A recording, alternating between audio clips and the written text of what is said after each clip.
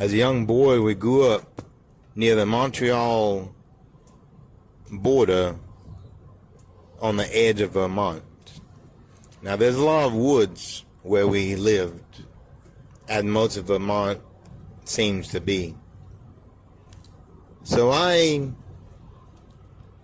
picked up tracking as a hobby when I was young, because really there wasn't much to do except go in the woods and entertain yourself in the woods in Vermont, especially where we lived. The closest town was at least 30 to 40 minutes away.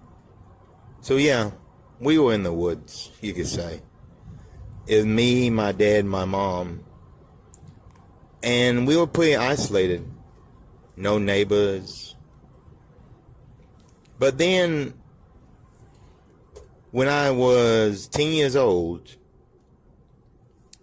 we had a nice couple and their daughter move in not far from us, about a mile away. Now, you gotta understand, where we were, a mile away for a neighbor, was like they were right next doors, because there's no one else out there but us in the woods. The couple came over and introduced themselves to my parents, and they brought their little daughter with them.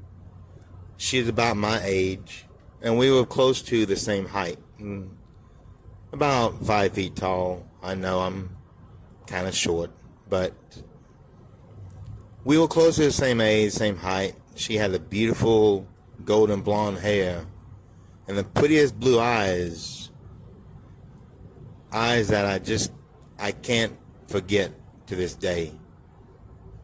And now I'm an adult with my own family. But back then, eventually, we started hanging out, and we grew close as our parents grew close to each other too. So we would go hiking a lot in the woods. Now, I was 10 years old, so there's no girlfriend, boyfriend junk. It was just two kids in the woods playing hide and seek. I taught her some tracks. She taught me some stuff about the woods I didn't know about, because apparently her family, once a week, every month, usually on the week of the full moon, they go hiking and camping for a week in the woods. As I said, my parents enjoy the solitude, and I'm sure their parents did too. So, the girl's name was Sarah, and that summer we spent many times in the woods just goofing around, getting to know the layout, and getting to know each other. She was cool. I was cool. We didn't really have any friends. In fact, I think this was the first time we each had a friend besides a few we met at school. So this was a first for both of us. I used to ask her about the week they go camping, if I can come along, and she told me it's best if I asked my parents and they asked her parents, because her parents really did love the solitude and getting away from everybody and everything and camping in the woods. So when the question came up, of course, it was a polite no, but still it was a no. But we still hung out late in the woods, and everything was fine until it was a full moon. I remember it well. Sarah and her parents went on their camping trip, and I, of course, was getting older, and my parents decided, well, I can go out and do my own camping trip as long as I had the walkie-talkie next to me that my dad kept beside his bed. And I have my headlamp. I always keep that on. And not go too far into the woods. Where if there's any trouble, I can always run back. Well, I did at first. I stayed close, and then I kept creeping farther and farther in, but the place I went to was the same spot. It was always familiar. And I knew exactly how to get back, even without a map or a compass. It was my little getaway spot. Especially when my parents got mad at me and I needed some my own solitude. I would go here. Well, that particular week, I went there quite a bit. I would miss my friend Sarah. I do my homework and go out and go to my spot, and then especially on Friday night, I decided I was going to camp out there and just try it out. I took my walkie with me. I took my headlamp with me and a couple of hot dogs, and I went out to my spot. Now I know there's wolves out here, and I've seen tracks of bear, and I one time came across a moose. That was a scary thing. I'm 5 foot. That moose made me look like a little insect. So yeah, I was pretty scared about that one. But I've gotten used to identifying where tracks are and what tracks get close to my campsite. So I made me a fire, and I sat there in the night, just listening to the forest, the owls, the crickets, and the frogs. And it was great. I lay there and thought about the adventures me and Sarah had. I thought about things that I learned in school. But mostly I thought, this is the place I need to be. I need to be right here in the woods, all alone, enjoying nature. Well, it was a couple months later that apparently there was a red moon. I know it sounds weird, but I don't know if it's a cloud covering or somehow the sun reflecting off the moon. I'm not sure what the actual reason behind it, but that moon looked pretty red from where I was. I went to my camping spot, had my walkie-talkie next to me, and decided I was going to make some marshmallows and some s'mores by the campfire. So I'm sitting there roasting s'mores, and that's when I noticed the place gotten very quiet. I was lost in my thoughts earlier, so I didn't realize that, but this place is silent now. No frogs, no crickets, no little things running across leaves in the dark. The reason it's quiet is what I heard and what I talked to my dad about. That means there's a predator out walking around. I remember the tracks, and I don't remember any bear or wolf tracks near my site. I have found them before, but on this night, I didn't. Because I always check for tracks before I build a fire and hang out at my campsite at night. Well, I soon found out what, or the reason why, everything was silent. As I'm sitting there with my pocket knife in hand, it's only a little 6-inch blade, nothing really lethal. My headlamp shining through the dark, and the fire blazing in front of me. Out of the corner of my eye, I catch movement to my left. And there, looking at me through the tree line, is a wolf. Now I understand people say wolves are often mistaken for coyotes or dogs and stuff like this, but I know a wolf. I've seen pictures. I've seen enough to know that a wolf is a wolf and not a coyote. For one thing, the size alone was a factor. I mean, its head was huge. But what struck me odd was the beautiful golden fur and those stark crystal blue eyes. That if you remember, yes, my friend Sarah has golden blonde hair and blue eyes, the color of crystal. That made me surprised, scared, and curious at the same time. I didn't know whether to be afraid or to sit where I was or what to do. The choice was soon made for me as this beautiful wolf stepped out from the tree line.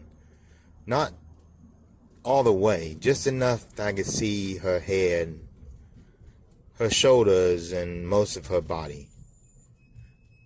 And yes, it was a she. And I'll explain that, how I know that later on in the story. Well, she just stood there, looking at me. And I was looking at her.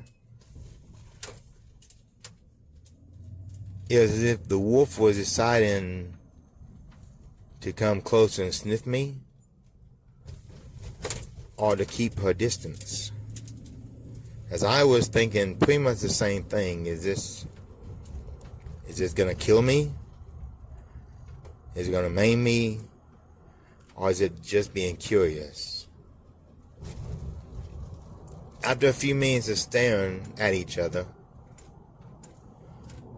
I could hear howling in the background. The wolf heard it too. She turned and walked back toward the tree line. But before she did, she turned and looked at me one last time. And those eyes, I could swear there was an intelligence there. A curiosity that made me wonder if this was a wolf or something else.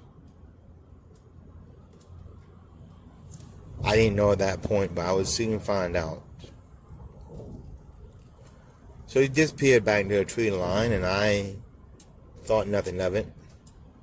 Broke out some marshmallows and decided I was going to have me some more s'mores before I laid back and fell asleep. As I was planning on spending the night out there in the woods that night. Walkie-talkie next to me. I had 2 bags of marshmallows, the big kind.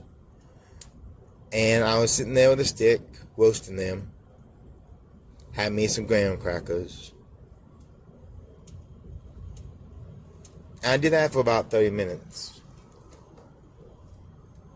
You know, this whole time, the forest never made any more noise. Which, if I was thinking about it, should have scared the heck out of me. But I wasn't. I was in my own little space. I didn't think anything there could hurt me. I was wrong. Because when I saw a movement to my right, it was not the golden wolf. No, this was something that could very well hurt me badly. It was a large black bear, sniffing the ground, sniffing the air, and looking straight at me as I sat there roasting marshmallows on a stick.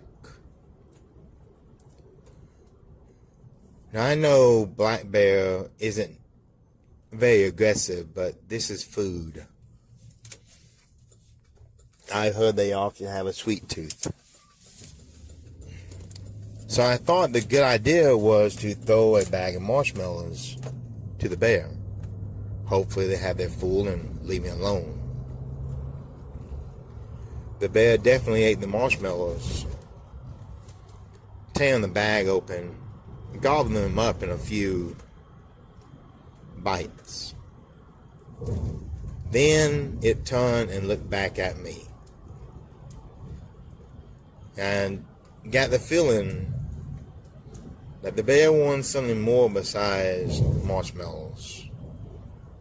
It was, after all, getting close to winter, and I'm sure that bear needed to fatten up for the long sleep ahead.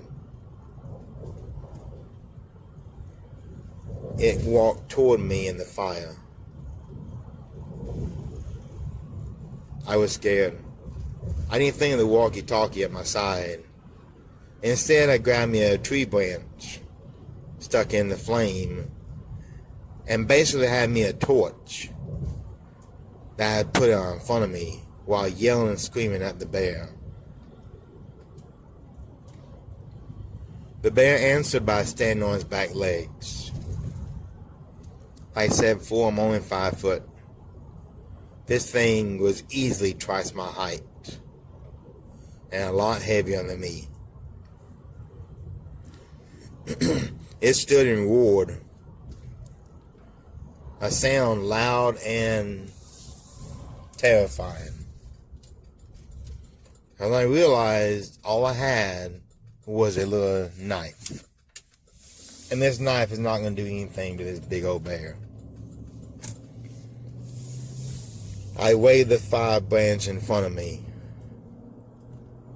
as the bear dropped to all fours,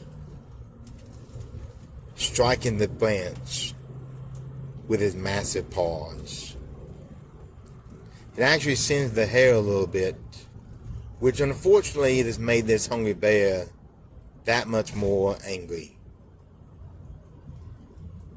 Now it was looking at me, not only with hunger, but malice too. I grabbed my knife in front of me and prayed to some God that I only heard about from my mom on Sunday morning. I yelled at the top of my lungs, screaming, not thinking at all I had a walkie-talkie beside me. I screamed and yelled as loud as I could, "Help, help, help, help." But there's nobody in the woods but me and a very large, hungry bear. As it drew closer to both the fire and me, I heard something running,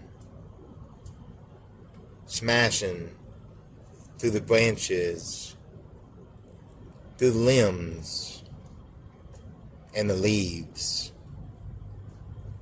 It came running fast, and I'm thinking, by some chance, maybe my dad heard me. But it wasn't my dad that bolted from the tree line. Instead, what came from the tree line was golden in color. And she stood between me and the bear. The bear, sensing the threat, stood up on his hind legs as this wolf creature stood up on hers. I was afraid of the bear before. Now I'm afraid of the thing that's standing in front of me. I look so much like my friend Sarah. She wasn't tall, only a few inches taller than me, and nowhere close to the size of this angry bear. But she stood there defiantly, snarling and growling, hair standing on its end much like a dog would when defending its territory. The bear swiped at her as she swiped back at the bear, claws and teeth biting and snatching. But soon the bear had grabbed her by the shoulder and lifted her up into his massive claws.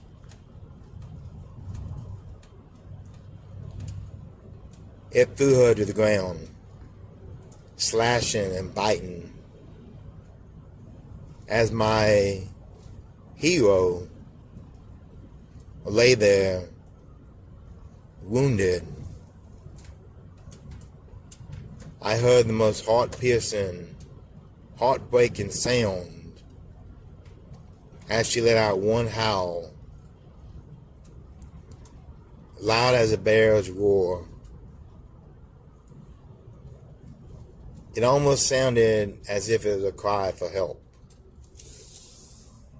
And I'm wondering, is there more? What came right out of the tree line was two, just like her, except a lot more bigger. They both tackled the bear,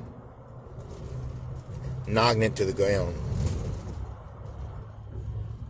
As they bit and clawed and snapped, the bear tried to fight back, but these two animals were just as tall as that bear was. Maybe not as heavy, but a lot more muscular. And the bear itself had to turn and run. When it did, these two wolf people chased into the woods. I ran to the blonde wolf. She lay there, a human-looking body with long fingernails, a wolf's head, and covered in blonde fur. Her left shoulder was bleeding, and she had a nasty scar across her left side of her face. I reached for her, but she pushed me away.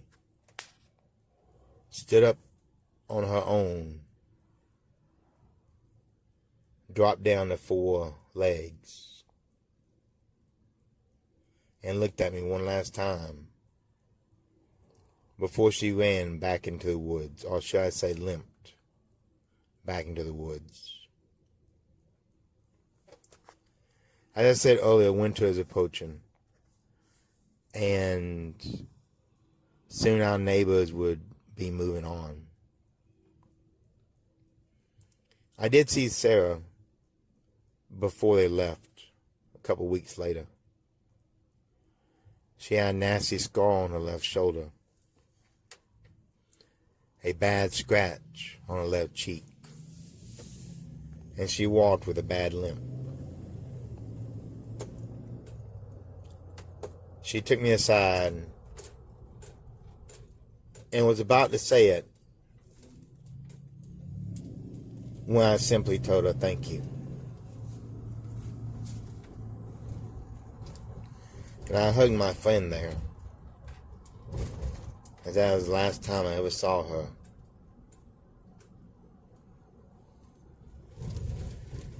I still live near the woods, and I go out at night and listen. And when the wolves howl, I think of that night.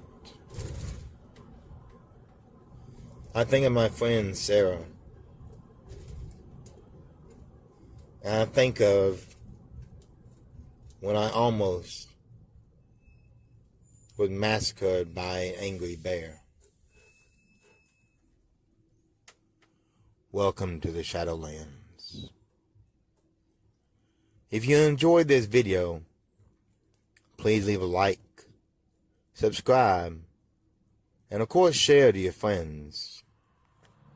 And while you're at it, click that bell overhead, as it does help my channel to grow. Come back next week as we explore more cryptids, legends, and things that go bump in the middle of the night in America. Until then, be aware of the woods and noises you hear late at night.